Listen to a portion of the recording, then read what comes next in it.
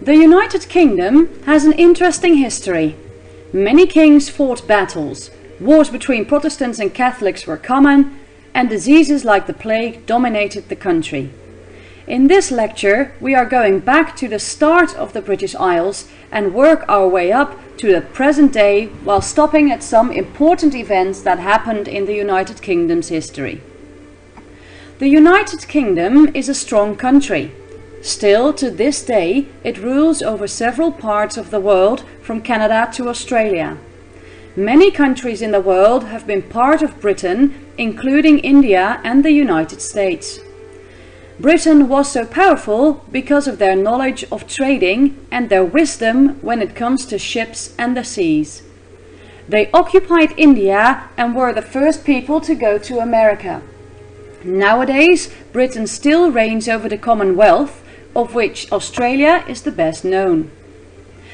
But far before Britain started controlling the world, there was already enough to be seen in its own country. One of the most important places in England today still is Stonehenge. It has a lot of mystery surrounding it. One of these mysteries is how it was ever built at all with the technology of the time, as the stones came from over 200 miles away in Wales and are very heavy. Another mystery is why it was built, what its purpose was. It seems to be some sort of astronomical clock, and it is known that it was used by Druids for ceremonies to mark the passing of the seasons. If you want to visit it nowadays, it is fenced off to protect it from damage. Stonehenge has been damaged over the years, but it used to be a full circle of stones. Perhaps the most important war in British history is the War of the Roses.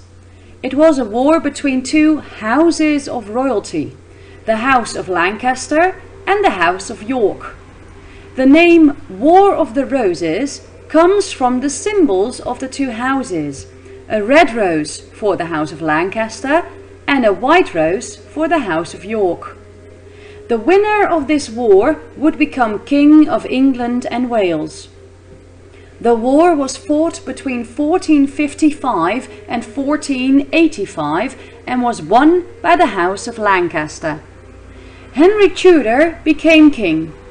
He wanted peace in his country, so he married Elizabeth of York from the House of York and united the two houses. The Tudor rose is therefore a combination of the two roses of the former houses. The symbols, just like the houses, were literally combined. For the next 117 years, the House of Tudor, as they were now called, ruled England and Wales. The English monarchy, so the kings and queens, has a lot of different rulers. In Britain, each king or queen are family and come from a specific house. When there was no one from one house to claim the throne, or a different family won a war, a new family would become the rulers of the country. The most famous monarchs are the Tudors, with 5 kings and queens: Henry VII, Henry VIII, Edward VI, Mary I, and Elizabeth I. The Tudors were the most influential monarchs England has ever seen. It was this house that united Scotland and England under one flag and king at the end of their reign. Elizabeth I successfully changed the official religion from Catholic to Protestant.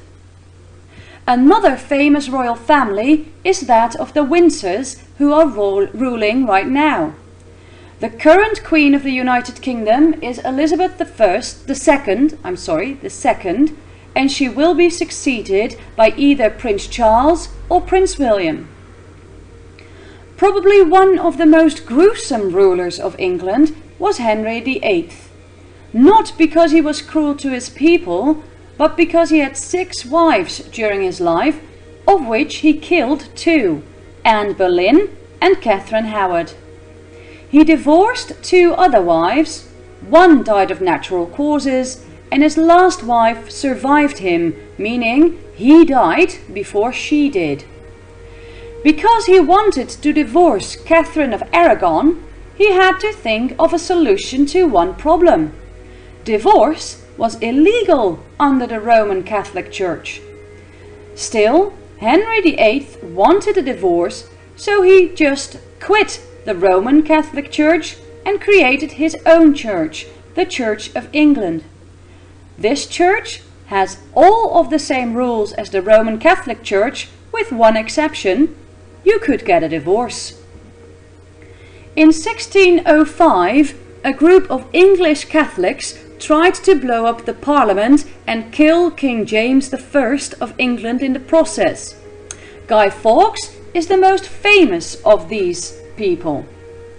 Probably because he was the one who was captured underneath the Parliament and who was in charge of the explosives. Fawkes was arrested and sentenced to death to be hanged, drawn and quartered. Every year on the 5th of November, National Guy Fawkes Night, known as Bonfire Night, remembers this event. As early as the 14th century, there have been reports of the plague roaming through England. It was in the 1600s, however, that the plague took the most lives. We will talk more about this in paragraph 3. In the time between 1603 and 1665, over 1/3 of the London population was killed by the plague, which ended, ironically, when another tragedy hit London in 1666. The Great Fire of London started in a bakery on Pudding Lane and burned for 3 days, destroying the greater part of London.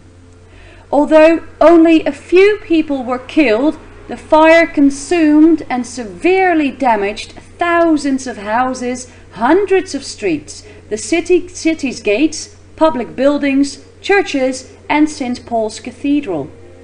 The only buildings to survive in part were those built of stone, like St. Paul's and the Guildhall. After rebuilding the city, it was decided to build a permanent memorial of the Great Fire near the place where it began.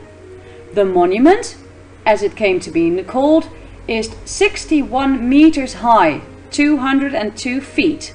The exact distance between it and the site in Pudding Lane where the fire began.